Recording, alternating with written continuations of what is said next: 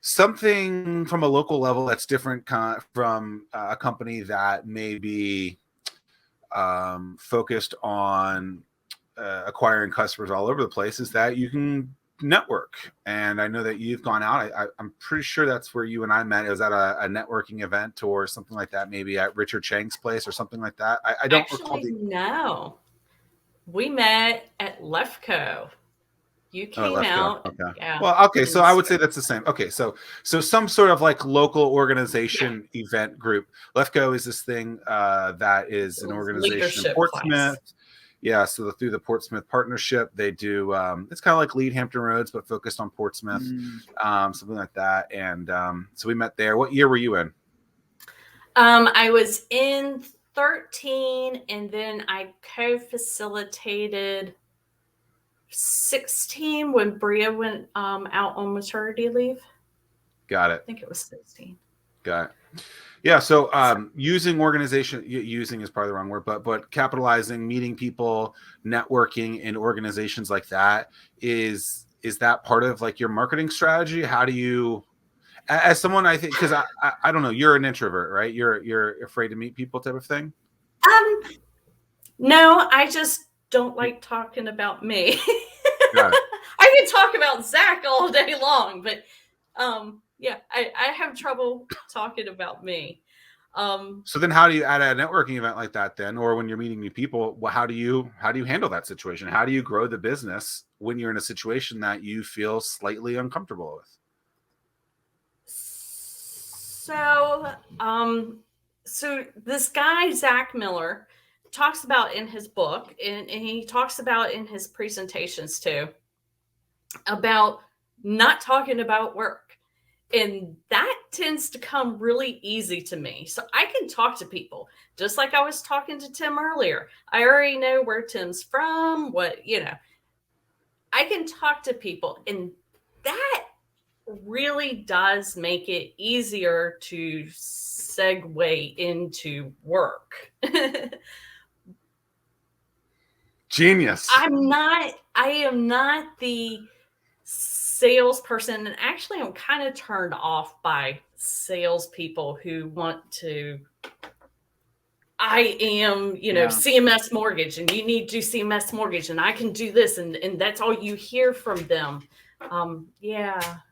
I do business with people that I know and like, and in order to know and like someone, you have to have a relationship with them. So yeah. So I don't think I've ever done business with anyone that I met the first time and like, we're done. You just closed me on the first meeting. I don't think it's ever happened. And I have my thank you cards and handwritten cards that I use religiously that somebody else talks about and wrote about in his book. That's also me, page 77. You're welcome. I got one. I got one yesterday. You did? I did. Not from me. Nice. No, it was from the other person on the screen. Oh. Aww. So talk about practicing what you preach, Zack. I mean, we talk multiple times a day, every single day. Oh, okay. It was very nice. But I agree. It's nice. I work with a client because I still do some HUD consulting work, and I work with a client, and every time she sends me a check, she pays me, it's in a note card, and she writes a note. And that kind of just changes the whole thing right there. Yeah, she didn't just stick a check in the mail and pay me. It's in a note card. It's the little things. And I think if you can spend a couple of moments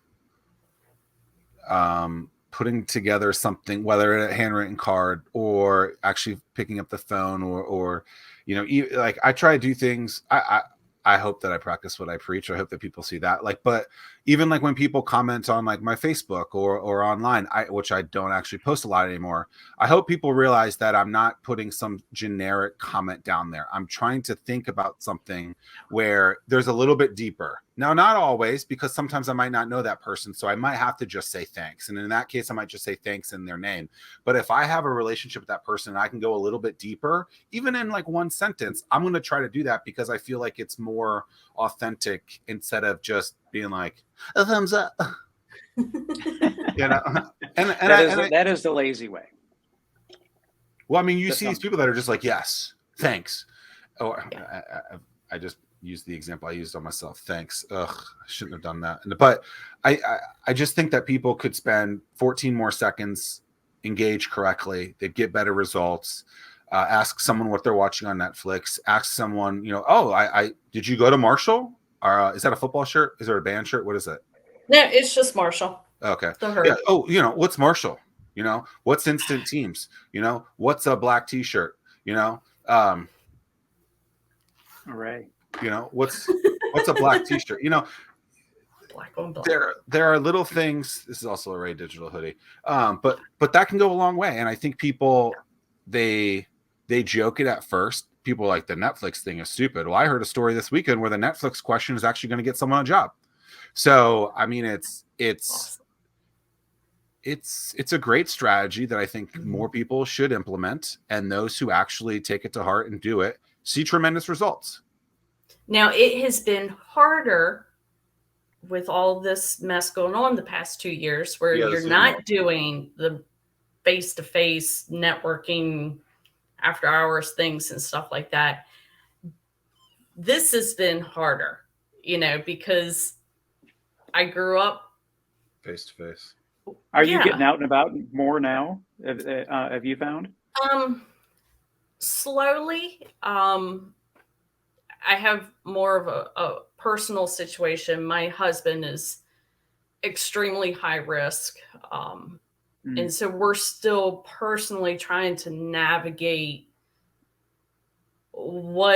how that's going to look for us and how we're going to work through this, because he falls into that category where the vaccine's only about 30% effective on him.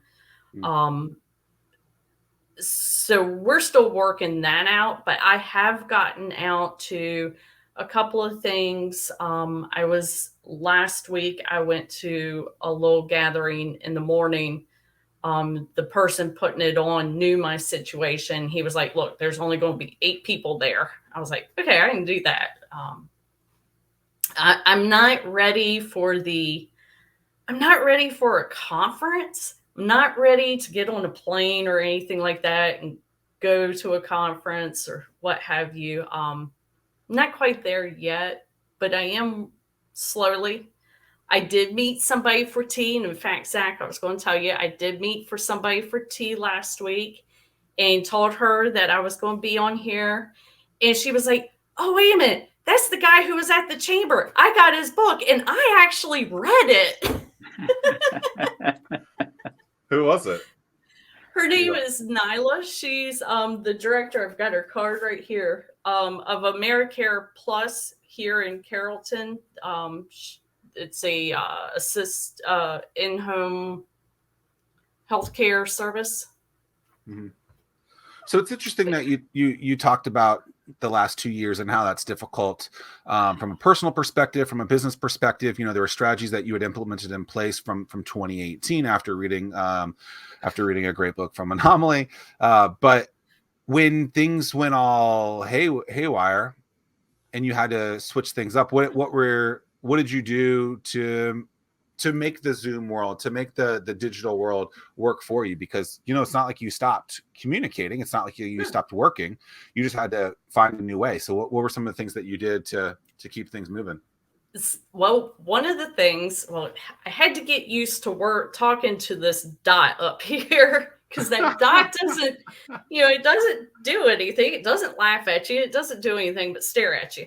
But I started doing more video emails, especially with my clients, of doing a quick video. Hey, here's an update of where we're at. I need this or what have you, instead of just an email. And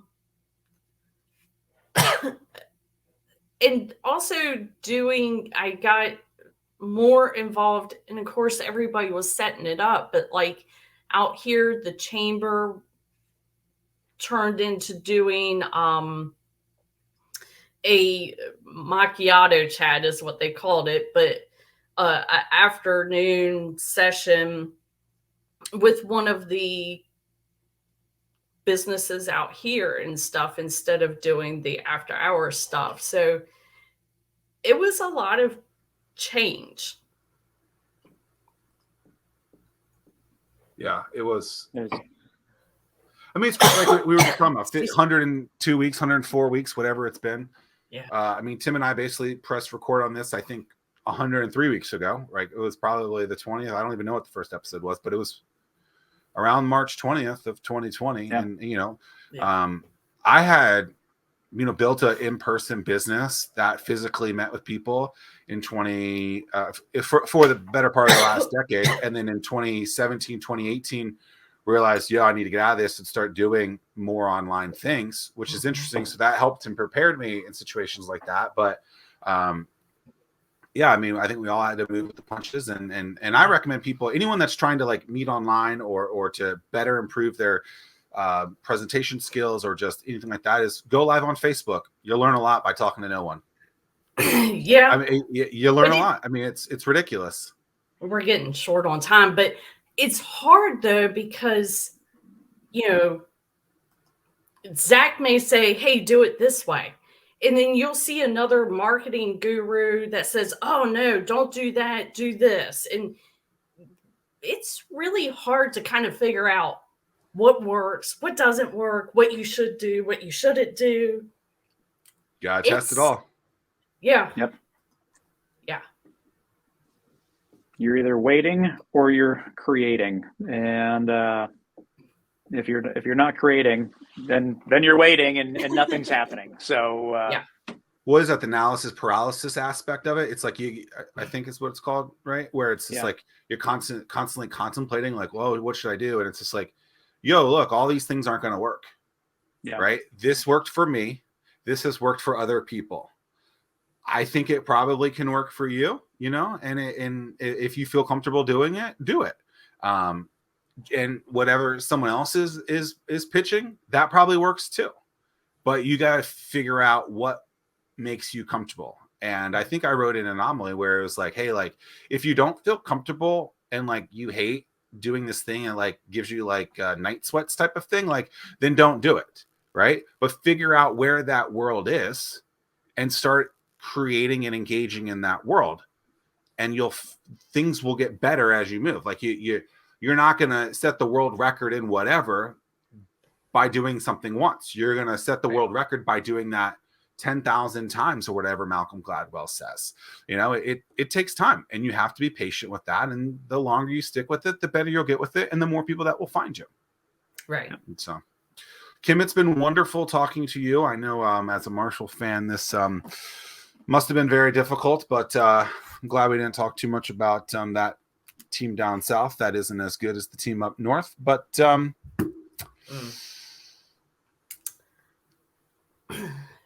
any final last words for the team that has never beat West Virginia in football? They haven't they? They came really close, 2 years ago? It was more than 2 years ago, but hey, you know, it's close is only good in horseshoes, and West Virginia will always prevail. Hey, our boys were just busy studying. That's all. I highly doubt that as well. Tim, always good to see you. Kim, good to see you. Yes. If you liked what you were watching, please subscribe and tell your friends. Until next time, we'll see you guys. Peace. Are you stuck at your home office, socially distanced coffee shop, or your fancy, all bricked out corner office, wondering why no one can see your business and sales are all over the place? Sounds like you need a pro. That's why I developed the Anomaly Academy. Insert clever copy here. Oh, I guess I was supposed to put something else there. Oops. You can grab access to the Anomaly Academy now at ZackMillerSays.com/Anomaly Academy.